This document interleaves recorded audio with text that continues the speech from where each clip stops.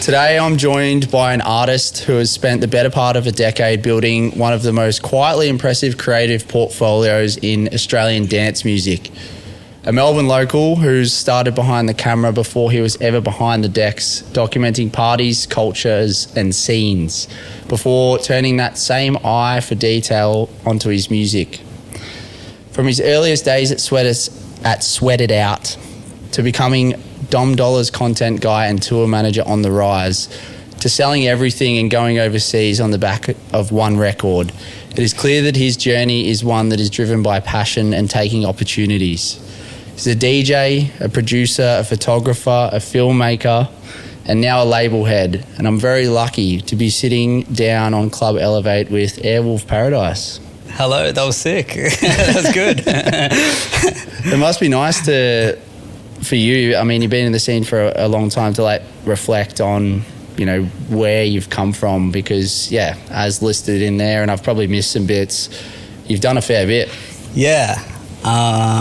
It's good to reflect on it, and I don't do it enough, but I think even like driving here, I was just thinking about all the stuff I've done, and it's without sounding like a wanker, it's like a proud thing. It's like I've just been involved in shit for ages and been a part of it in one way or another, whether I'm out like clubbing or taking photos of some drunk crew or playing music.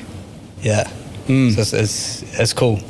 So I mean, it's a big part of your life, really. Life right now, though, how are things? You're saying before you were really quite busy. But... things are nuts at the moment. I think because I'm just trying to prepare for heading off overseas soon, and I think just wrapping up a bunch of records, and like you touched on, just about to start a new label as well. So there's like that, and then all this other like admin stuff that just comes along with it. And then also I do a lot of like production and mixing for other artists. So it's like everything's just sort of like planets are aligned where like everything's just gone nuts at one. Like I'm setting an alarm in the morning, which is like rare for me to wake up and do work. Like normally I'm just like, I don't wake up late, but I'm setting an alarm. So instead of me just waking up when What time's your alarm? 7. But like I'm normally like 7:30. By 8 I'm out of bed anyways. But like I'm like 7. Just get up, dude. Come on, let's go. What does a day to day look like for you? I mean, you're juggling a lot. It's pretty much just me just rushing in the morning, going like, hurry up, just get in the like little office studio that I got in the back of my house. I got like a shed set up that's pretty much like a renovated shed thing where I just get started, and then because of the time zone, I'll quickly see if there's anyone I need to speak to from overseas or whatever, get them out of my hair, and then just get stuck into it basically with whatever's the most important and get that out the way. It's literally just going down the list basically. Are you like a list sort of operator? I have to be. Otherwise I'm like to the point like sometimes I have to put in like go eat lunch and stuff, otherwise it'll end up being like 5 p.m. and I'm like, I haven't left that seat basically. It's not does good. Fly when you like sit there and do stuff. I find the same when I'm like doing anything, particularly when it's music related. Like if I'm on my record box, like that's like a time warp, and I can only imagine what it's like on Ableton or something like that. Like or just anything. I just get so stuck into it. Like if I was living on my own without like my partner and stuff, I reckon, man, so sometimes if she comes home from somewhere, I'm just like in the dark, just laptop on or whatever, and she's like, dude, put a light on or something. Like, have you ate? Like, I'm like, fuck. I'm like so hungry, and like it might be cold or whatever because I didn't even put the heater on because it might be like not be. I'm just like unaware. I'm just so focused in on what's going on. It's not good. I love that. You have been up to a fair bit though. Like I think I recall there's a video that you put up on your Instagram of like tunes you played in a mix for Diynamic, which is Solomun's label. I mean, you've released on there as well, obviously, but you know, we could go through the list of everything that you've achieved. You know, we'll kind of get to that in a bit, but what's it like contributing to a platform of someone of that caliber. I mean, we spoke earlier about you meeting him. You know, does he reach out to you? Like, what's the go? He's like like a mystical wizard. I don't know. You can't. The only way I get through to him is like he might like a DM or whatever, but he's never spoken to me before. He'll just like love heart something. But like he's got, I think because he's just so busy and stuff. Yeah, I've got like I don't even know who he is. I'm assuming he's like his TM or something like that, where I'll just send tunes to or whatever. And then I'm assuming that person then probably filters the crap out and sends Solomun tunes. But yeah, to answer the first bit of it, it's weird, but like a good weird of like fuck, like that.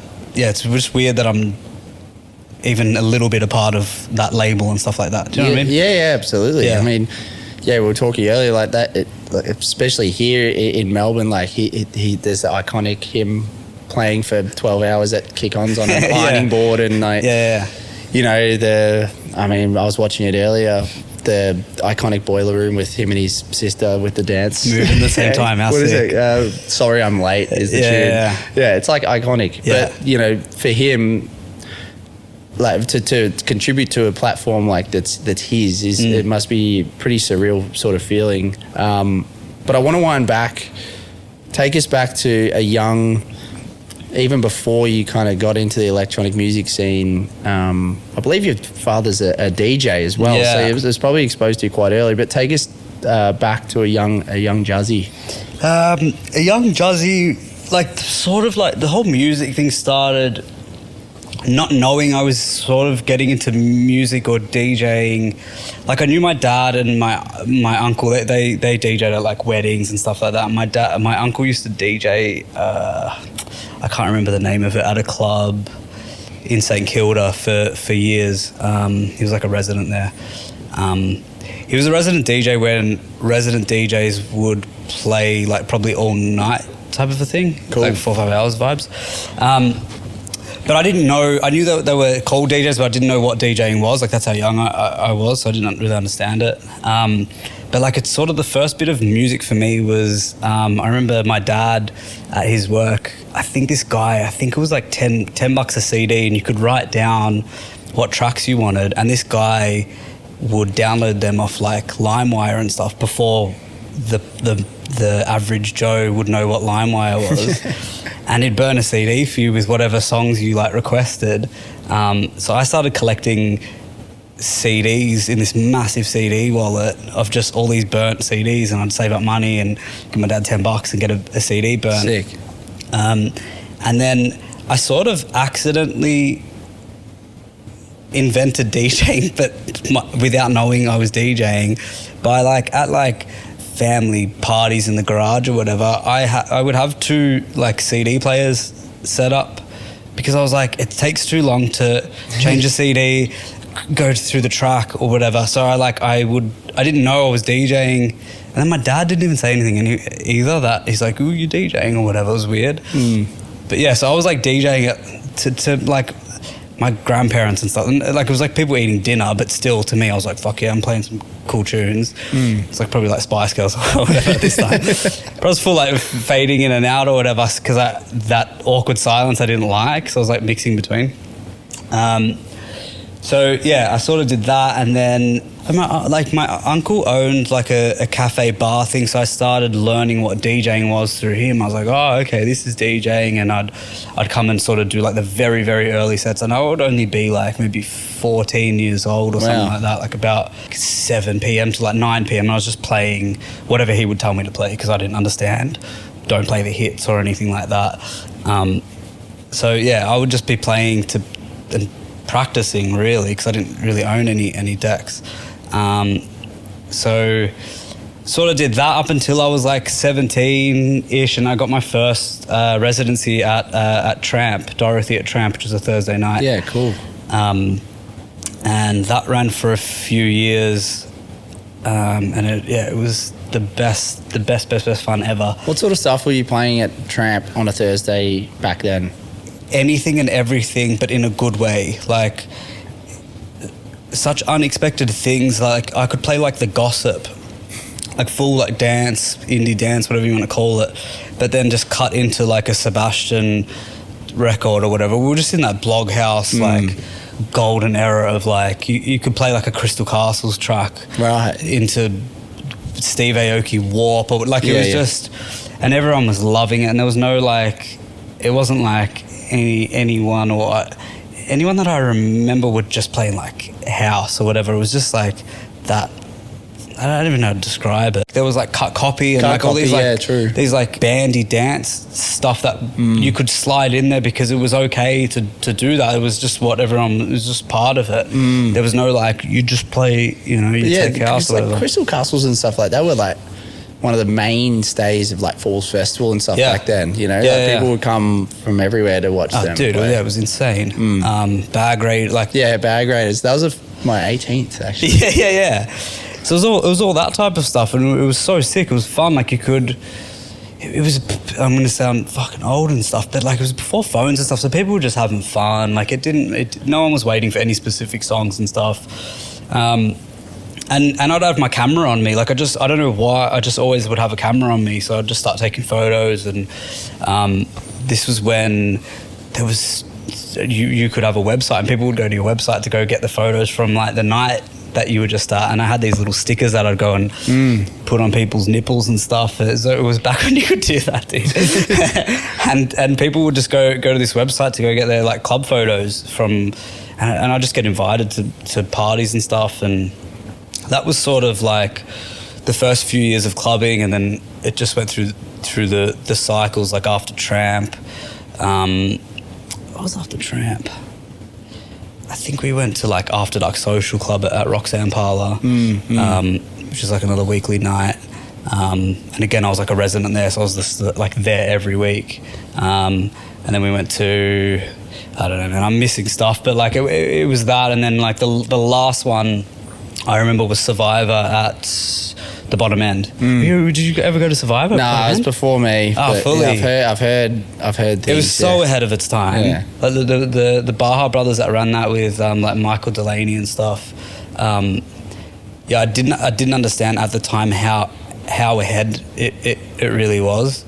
And that was some of the best like clubbing experiences I've ever had. I'm keen to talk to you about the Airwolf Paradise like photography realm, because you just recently released all of the old archives. Airwolf Paradise Archives. It's pretty sick. Like I was looking through all the photos, and like, I mean, there's a young Dylan Alcott in there. There's like photos of like summer days with like Justice and stuff. Like it's crazy. And then also like the iconic club pics, and you've been able to like tag a lot of people in there and stuff. Like I think the thing that like sticks out to me in that, like the people who were involved in that era would like love looking back on them, but for someone like me who wasn't part of that scene or wasn't part of that era, I was like a bit too young, it's like really cool to like see what it was like, if that makes sense. Like how was it for you, you know, what prompted you, I guess, to re-release all that stuff? Man, I've been wanting to do it for so long, and I didn't know how to do it, because I'm sitting on a bank of like years and years and years of all these like epic photos that are important to, like you just said, the people that were in that era, and hopefully to people like yourself that weren't in it to look back, to have a little peep in and see what it was like. And I was just, I couldn't figure out how to do it, and then I just thought an Instagram page is the best way. I had no idea how to do it. And then maybe one day, like I might do like a little coffee table book or something like that. Yeah, that would be cool. With the photos. But there's so many, like I'm only like basically year one of it. And I think I've got like another 4 or 5 years of the peak. Like we haven't even reached the peak yet. What year was this? I've lost everything before 2010. Okay. So I don't even remember what year I would have started. It would have started, I reckon, like 07, 08. But I've got everything from like 2010 onwards. Cool. And yeah, it only gets better. But yeah, I'm only in like the first little bit of it. But But yeah, it was a good time, and yeah, some people aren't happy about some of the photos that have been put up. Have you had to like take some down? Yeah, or there's something? been a couple. Sorry. Yeah. Sorry. Yeah, but they're like full like managers of some big company. Like, fair call. Yeah. There's no bottle. You know, they're full like downing a champagne bottle or whatever. I'm like, yeah, okay. Yeah, that's fair enough. I loved looking at them, and I just love like looking at photos from that era as well. Just like the fashion and everything is just like so different to what it is now, and like just club culture in general. Like that's feels like forever ago. I mean, it is like when you're saying like before 2010. I remember going to the Geelong Cats grand final in 2007, and I was like young as so. Yeah, fully. Yeah. It was such a it was so unique. Now looking back on it, like it was a time when I didn't have no like media passes or anything. I had a camera with a big flash on it, and I'm like, mate, fucking photographer, and they're like, yeah, go through. Like security would just let you through because it was really?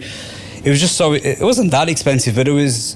No 18-year-old is gonna go have that camera and be walking around with it, or like I was just like confident as I'm like, I gotta get on stage. And there's photos of me, like I don't know where they are, but there's photos of me on stage with like the Prodigy and like Franz Ferdinand, and I'm just there. I'm not meant to be there, but I'm like just in the back taking photos of him. And it was full like closed stage, but I was just so adamant to just get on the stage and like just fucking peep my way in, because it wasn't a common thing where people would have a big camera back then. So yeah, I was getting in everywhere. Like I would skip lines. It was a bit of a cheat code, but you can't do that anymore. You can't do it anymore. One of my friends did that for the Gasso final party. Really? Did it work? He didn't go as a photographer, but he went. He somehow got some DJ. He just had headphones. No, he had like a walkie-talkie and just sick. went straight because there was a huge line. It was like 5 hours long. Went to the front. They're like, yeah, no. Yeah, sick. That was basically me, but at festivals as an 18-year-old, like just being like, dude.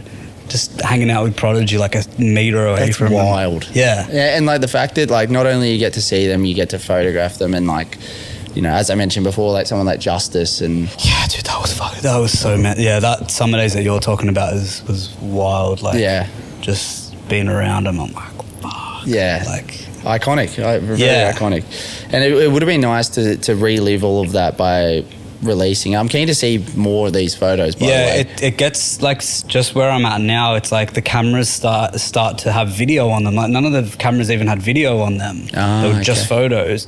So like you'll start to see now or whatever that I'm able to put videos up, but they're shocking. They're just like I'm just like, oh, this video on, like it was such a new feature. So yeah, the videos are really cool as well because everyone's just like jumping in the crowd. Like it's just such a different. It is what it is. It's just a different time where just people are just losing their minds with no care or worry. Yeah, sounding like an old head. I'm so old. I sound like that fucking idiot, dude. Yeah. But no, you're just telling the truth. It's not saying that it's necessarily better. It's just different. No, yeah, it is what it is. It is what it is. And so during this period, obviously you DJing and stuff as well. When did it start to get a bit more serious? I know you were signed to Sweat It Out and everything. Like when did all that start to unfold? So somewhere in between when I was playing at these like resident club nights or whatever, I started to release music and Sweat It Out. And started to play around the country, you know, doing the runs. And yeah, that was fun, like doing like Splendor in the Grass. I'd go up with like the guys, like Street Party. You know Street Party? Used to run like WoW and Pogo. Oh yeah. So like they'd do like they'd take over like the Smirnoff tent or whatever at Splendor in the Grass. So he'd fly, you know, all us up, and there's still like crew around that I would go up with then that are still around today, kicking about, which is sick. So yeah, as that's all happening, I was in a taxi with Ajax, Don't remember how or why I was in a taxi with him. Didn't really know him that well, but I was talking about like Facebook and like how good it is or whatever. This was like when Facebook first. Fuck, I'm sounding so old, dude. So bad. Talking about like I think it might have even been MySpace, man. It wasn't even Facebook. Anyway, I was talking about like MySpace because like I was just a hustler. I was just like, I had like spam bots on MySpace that would post comments on everyone's page to like promote my music, like my mixes that I would put on MySpace. And I was talking to him about it, and he called me up the next day and he's like, mate, he's like, you know so much about like this internet stuff or whatever. He's like, come work with us at Sweat It Out. He goes, we've got no idea what to do on the internet and MySpace and stuff. I'm like, yeah, I'm right. Fuck, I've caught like it's Ajax and Sweat It Out. Yeah. He's like, I'm moving down to Melbourne. It'll just be me and you in the office, bud. Like, you know, we'll hang out. And I was like, yeah, this is great. So I think like a few days a week I'd come pick him up in my car and he'd hop in, pick him up from his house, and we'd go into the office and figure out how to run a record label, basically. And then in that time, America. This is when we know speak Americano like blew up. Yeah, right. And I think they knew what they were doing. I don't know. I don't know if they knew what they were. I don't know if anyone knew what they were doing, and especially a song that big, because it was like number one in like every country in the whole world. And I don't think anyone was prepared for that at Sweat It Out. Like, this is Sweat It Out, like when it first started. They're doing like just club tunes, club tune EPs and stuff. And this thing blew the fuck up. And I just remember, I didn't know what I was doing, but yeah, it just went absolutely nuts. And yeah, it was cool to be in the office with Jaxie and get to know him and be around such an epic moment in, I guess, like music history for a song that just went that totally big around the world. It's in my head currently. Yeah. After like it's one of the most catchy tunes. Yeah, ever. fully. Yeah. It would have been pretty sick. Like, I mean, what's it like being in an environment where something is just completely taking off when you just like haven't expected it? Or was there like anticipation of like, we know this tune's going to be big, or like what was the vibe? I don't really know, because I was like sort of the young kid, like just like you do the internet stuff or whatever.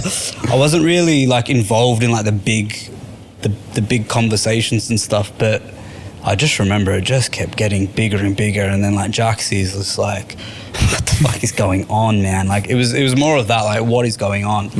It was a unique time to be in that office. Like out of all the times like I could have been at any record label, and again I didn't know what I was doing. I was just like the internet guy. Yeah, the internet whatever guy. that is.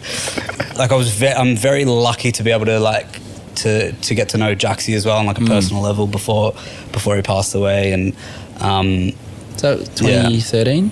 I have those years. Too many vodka sunrises or whatever back then. So it was. 'Cause he was in his early 40s, right? Yeah.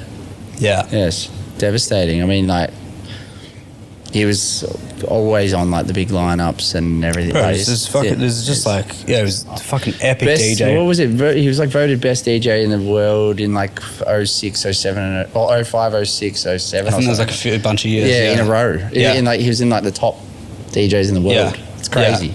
Yeah, you don't get to say that very often, where you're going to work and you're just like with one of your heroes. Like that was pretty cool to get to know him. And you would have learnt so much. Like, I don't even know if I don't know if I probably did just subconsciously, but it was just more like, fuck. Like, I could just lean over and I'm like, and he's still to this day like one of the most unique humans I will ever meet. Like his desk was like his laptop, and then he would just have like Star Wars toys. Or he was just a big kid. Yeah, and that's, right. I think why everyone just loved him so much, and why he was such a unique, like, special human. If he, like, right now, if he was to sit in front of you, like, with what you've achieved now, what do you think he'd say to you?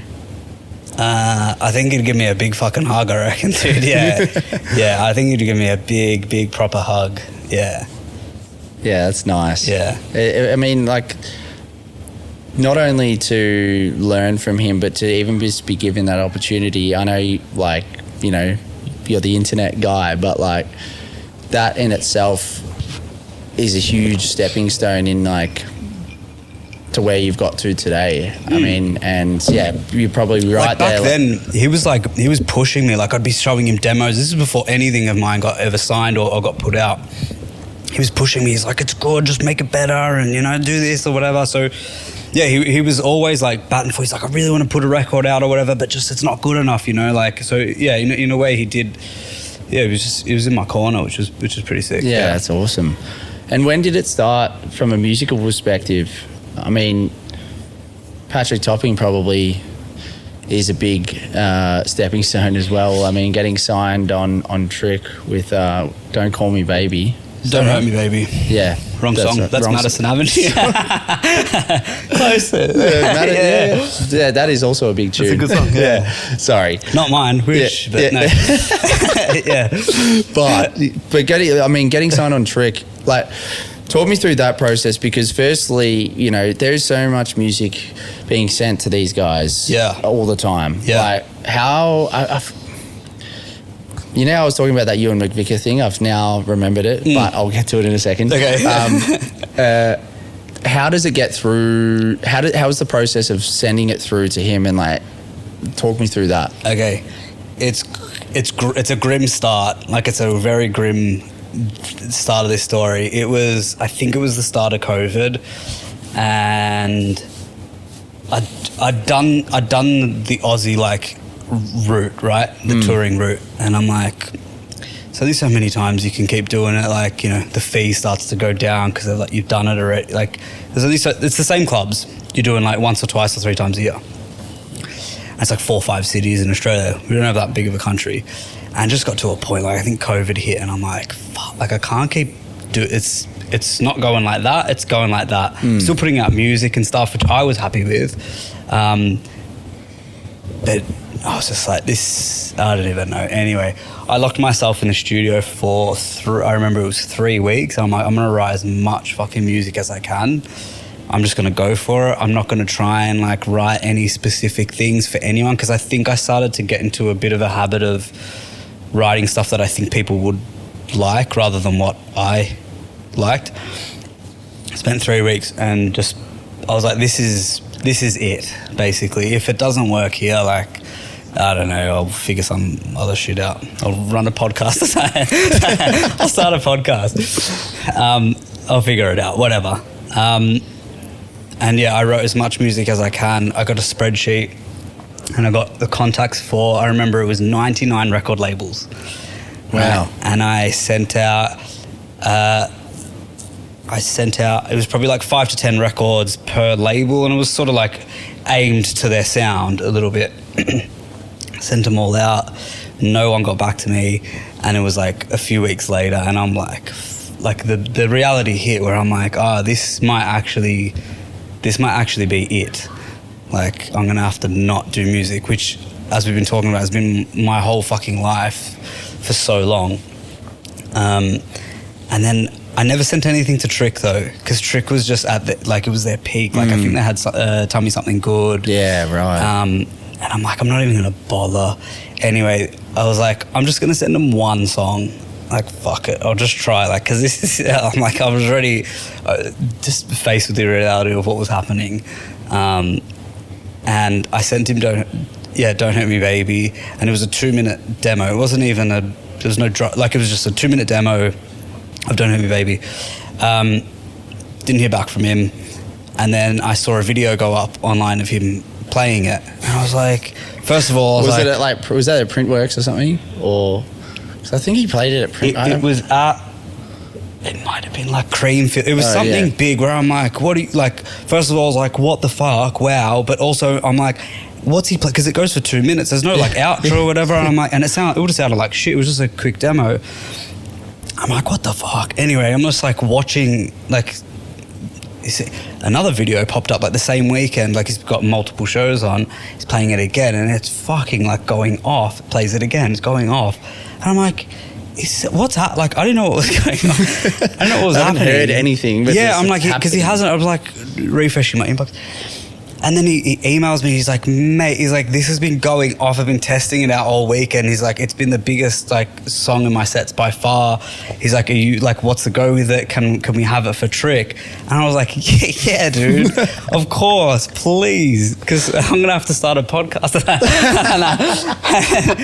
And then yeah, so he's taken it, and then what happened? It took a while to come out. I think they were so backlogged with releases, so it took a while to get up. And this thing's bubbling and building. The hype on it's like just growing so much. And I was being so selective with who had it. And Ministry of Sound jumped on board to like co-release it as well. So we got the resource from Sony, Ministry of Sound, which is epic for basically just to supercharge it and hit radio and everything like that in the UK.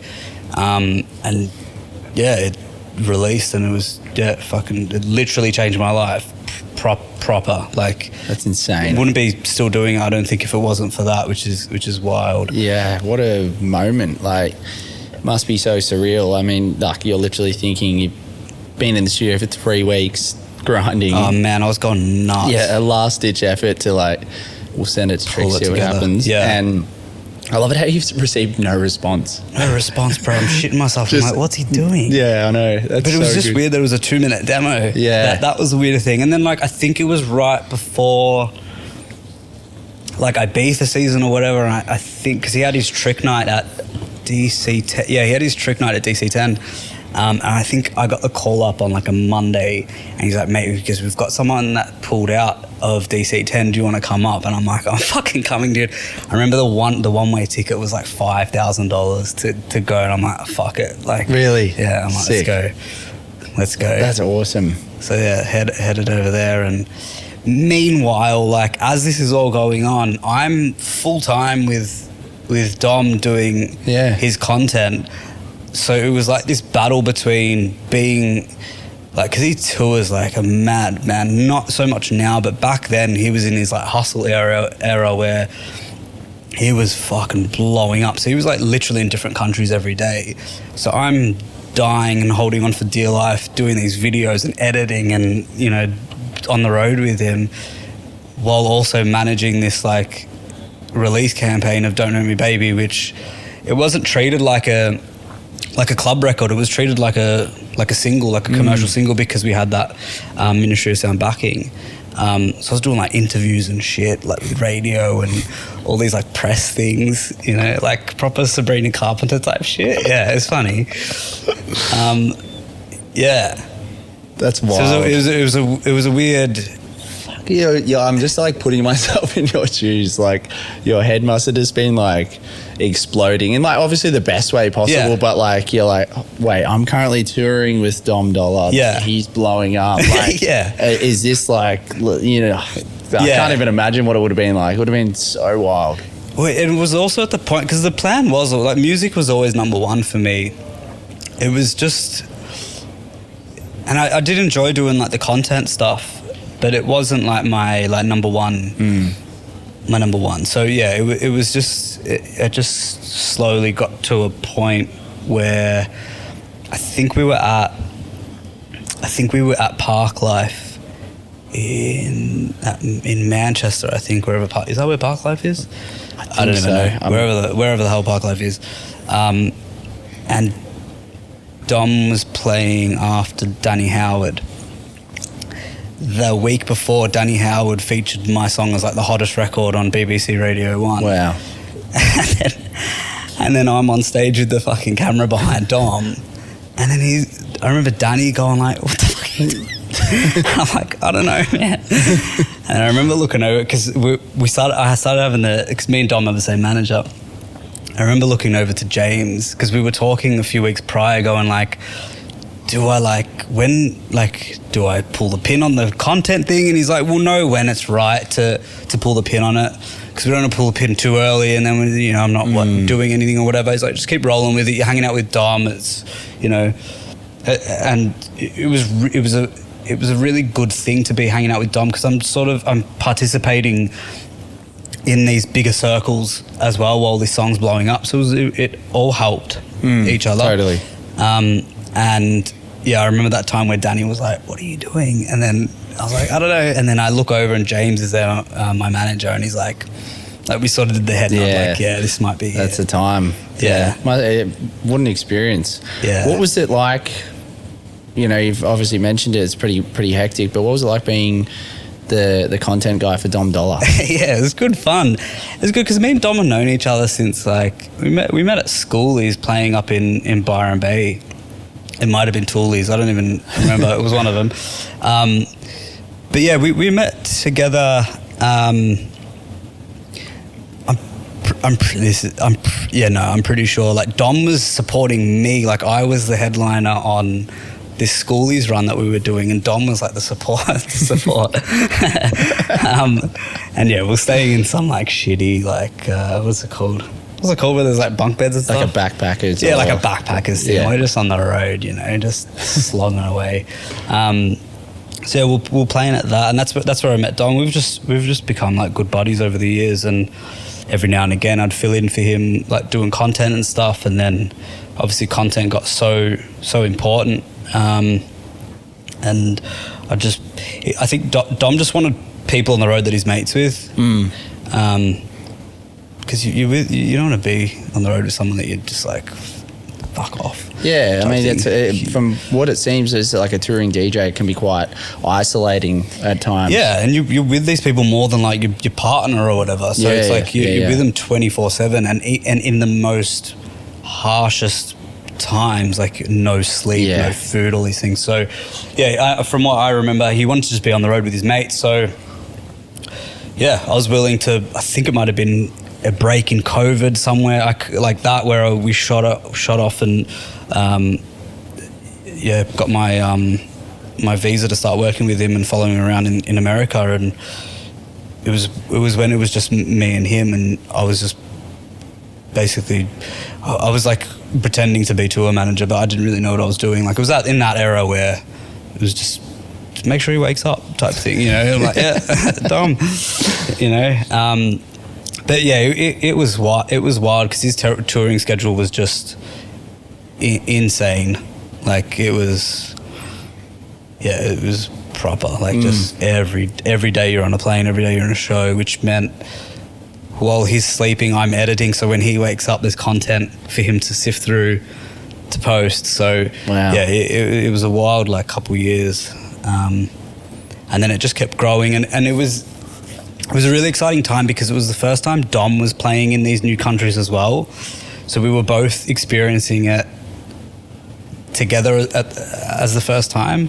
We're both in Italy for the first time, you know what I mean? Like it wasn't like he's been there and toured there before where he's like, yeah, I'm just going to go have a nap in the hotel. I'll see you before the show and we'll go in together. It was more like, let's explore and see these things. Yeah, cool. These cities. So it was really fun. It was just like on the road with your mate. Yeah. It was wicked. That's awesome. Yeah, it was good fun. I mean, the guy's fucking sold out Marvel. Yeah, wild, dude. It's so insane. Nuts. It's so nuts. Is he the biggest DJ in the world at the moment? I don't know. I don't even know how do you even gauge that? Yeah, I don't know. I feel like he is though. Probably. Like right now, like trending wise for a period of like an extensive period of time. I mean, like. I feel like Fisher was probably... It's too hard to gauge because there's lanes of it. There's like your Fisher-y, Dom Dolla-y, John Summer-y lanes, but then there's like your Solomons that are like the past like 30 or I don't even know how long. You know what I mean? Yeah, true. You're probably like current trending DJ that is like able to just sell the fuck out of a massive venue. It's probably Dom. I think you're right. Yeah, I can't think of anyone else. Yeah. Like it would be, which is nuts. One of my mates from work is actually very good mates with him, and he was talking about how he used to go and watch him play at 7, and when they're at school, it's just so funny. Well, those clubs I was talking about before, Dom would be playing in. I think he would like run his branded night or whatever in the side rooms of like After Dark Social Club. And, okay, cool. And he would run a night as well.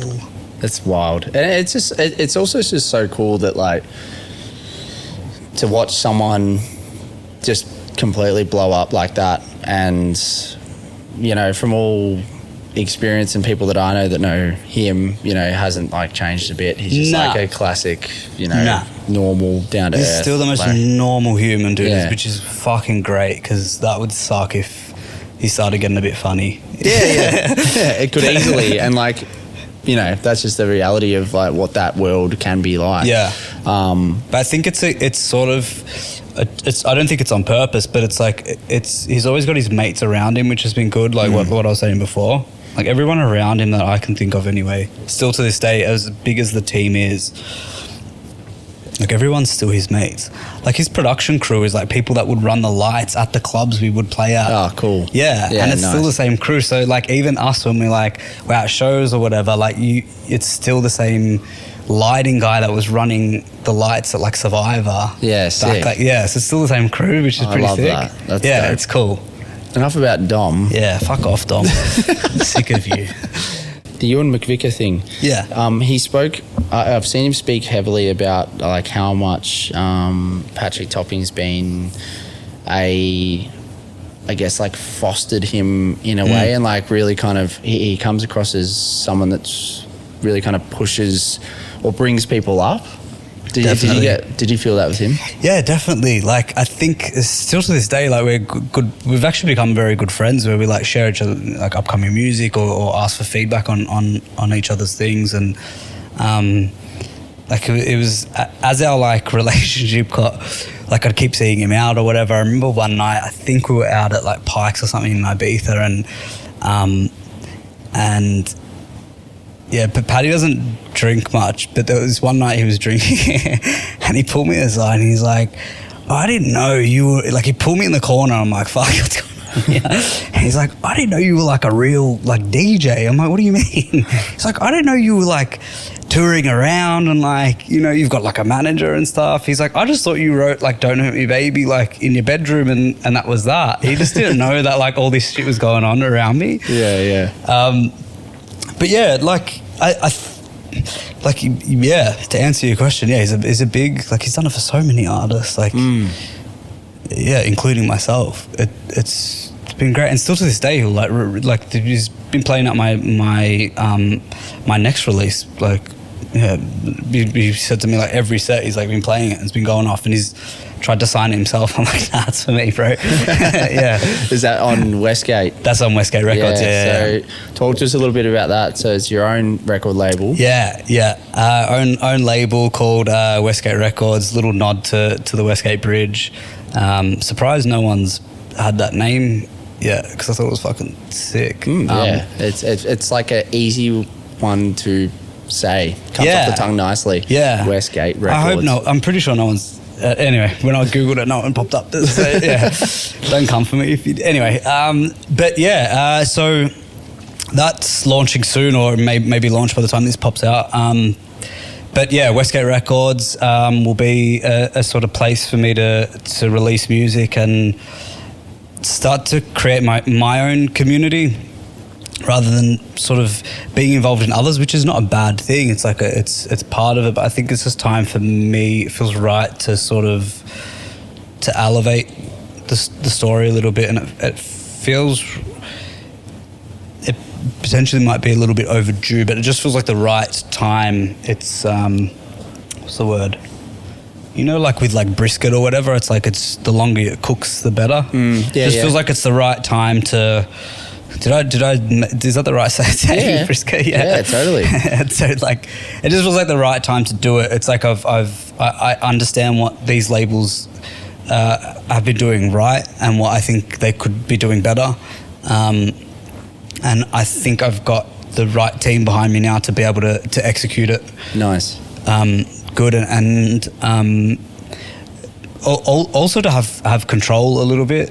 Like there's some labels that do want my music, but just their schedule is so like some label, which is a great label, they wanted a track of mine, but they're just like the next availability is like early next year, and I'm just like it's too far away for sure to plan out like that. It's crazy. So that's a big part of it as well, to just have a bit of control, and just have a space where I can just come back to and be like, well, that's out on there, and eventually I get sent so much good music that some of these people just don't. I don't think they release any of it, or I think they just chuck it up on SoundCloud. So it'll be a good place to sort of do like what Paddy did to me, and do it for other artists as well.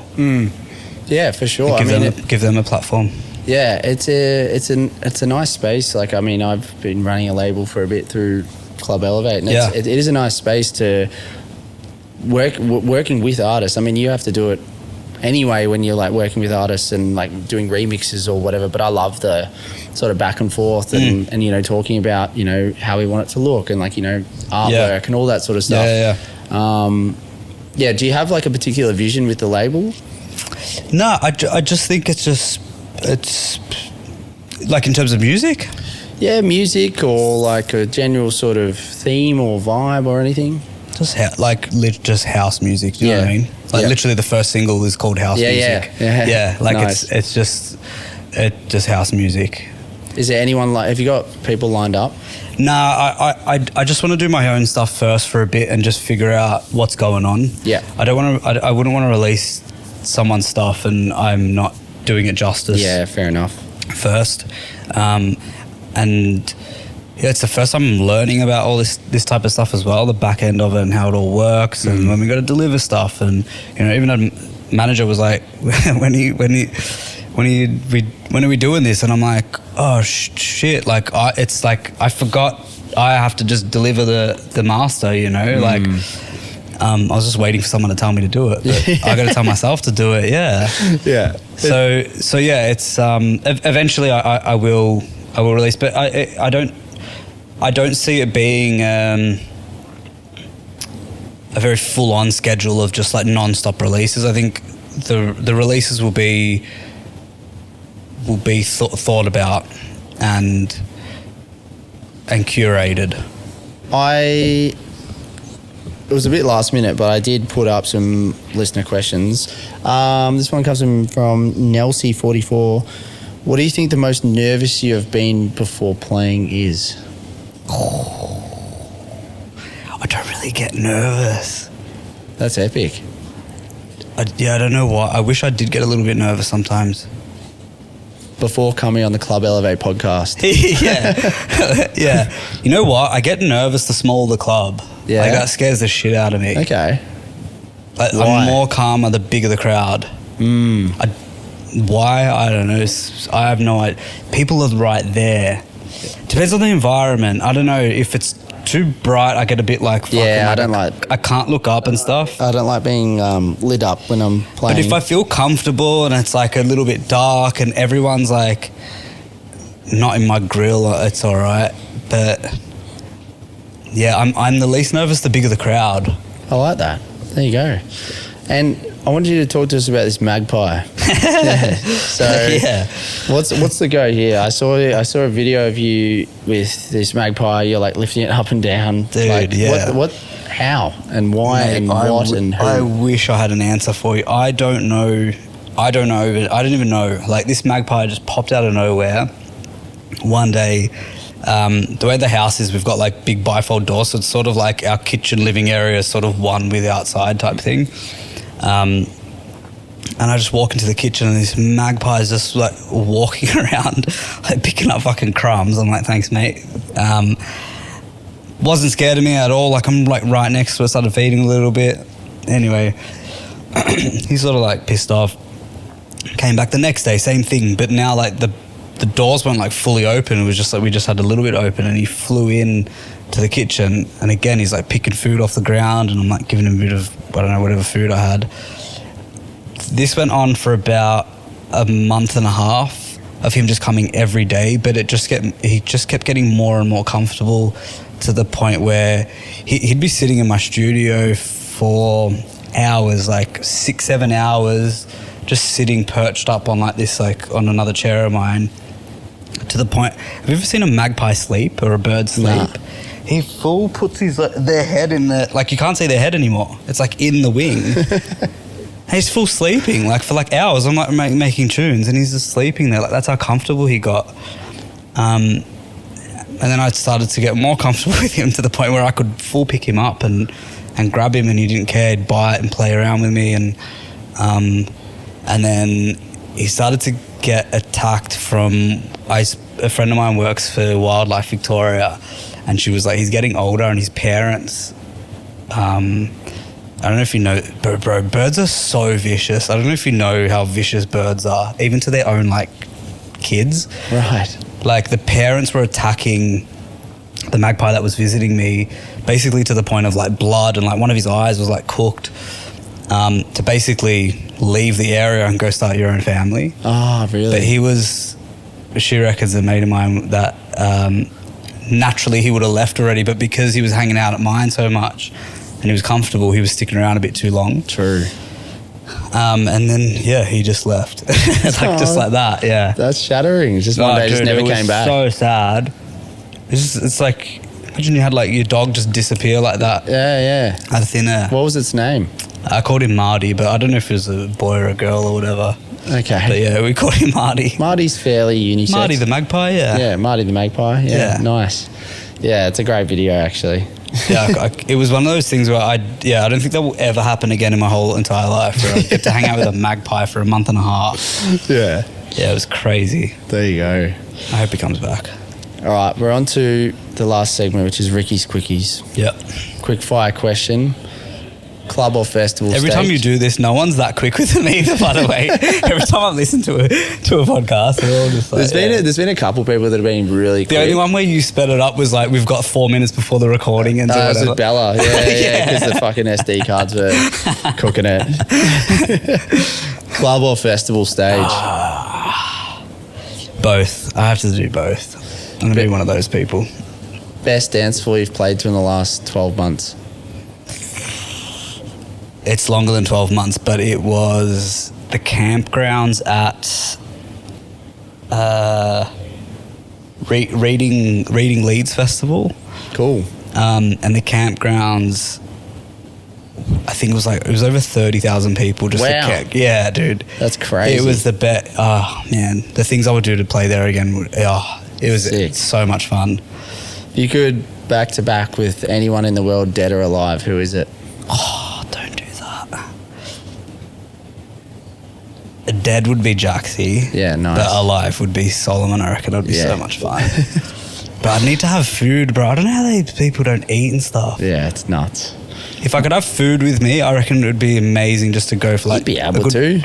Good 20 hours or whatever. Yeah. Yeah. It'd be so much fun. With Solomun. Yeah. You get to the end and be like, another 20. Yeah, I know, dude. Yeah, fully. One DJ you drop everything to go watch right now.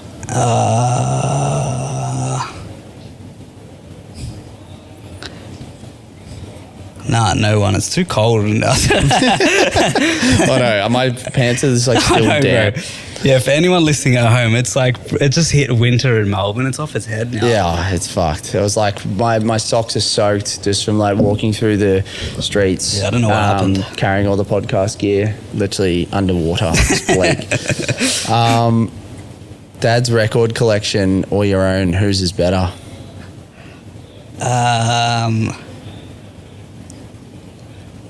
Mine, but it's half of Dad's shit anyway, to be honest. Are you a morning person or night owl? Night owl, for sure. What's a hobby no one would guess you would have? I'm a proper nerd, man. Like proper nerd for like tech shit. I don't think anyone would expect that. That camera probably says hello. Yeah. Yeah, true. Like, I'm real nerdy and stuff, and like I post TikToks doing it and stuff, but like gardening, I love like home improvement type shit. Like, yeah. I wish I had more time for that stuff. I love gardening. Yeah. So good. Like it's one thing that kills me that I don't have enough time to do is, like when I get older, I just want like a property or whatever just to do shit in. Yeah. Like a tractor or something, I don't know. Yeah, just nice. dig a hole if I want. You know what I mean? Yeah, totally. Just be like, no worries, honey. I'll dig a hole for you. What are you digging a hole? It's all right, don't worry about it, you know? Just do shit. Oh, I love it. Yeah. You're cooking dinner for the whole dance floor. What are you making? Hot chips, dude, with good chicken salt. Yeah, nice call. That's enough. Yeah, beautiful. You don't want anything too heavy on the dance floor. That's a great call. But like, you know the good chicken salt, like the yellows? Yeah. Yeah, you know, yeah. Load it up. Yeah. Film or digital camera? Film. Nice. It's your last ever gig. What do you close with? These are the worst questions ever. These are the hardest fucking questions. Some people can fly through these. I can't. I got to full think of them because I've taken them very seriously. Yeah, that's fair enough, as you should. You know what I was just listening to in the car, and I was just thinking to myself, who would ever hate this? Who would not like this song? And it was Canned Heat by Jamiroquai. Oh yeah, nice. That's a good one. That or Music Sounds Better With You. Yeah, music sounds better. I know that's an obvious one, but yeah, but like it leaves everyone with a smile on their face. It's so good. Nice work. You survived Ricky's Quickies. You survived an episode of Club Elevate. No, thank you for joining me, Juzzy. It's been super nice to... Mate, of course. It's good fun. I hope I did good. No, you did amazing. It was really cool to pick your brain. You've done a lot and you've achieved a lot, and you've obviously continued to strive towards bigger and better things. And yeah, really looking forward to seeing what the rest of 2026 holds for you, and obviously excited about the record label. There's plenty to come there, but no, it's been awesome. I've enjoyed having you on, and like, you know, I could have continued to pick your brain about all the bits, but yeah, bro, appreciate it, man. It was good fun. Yeah, much love, brother. Cheers.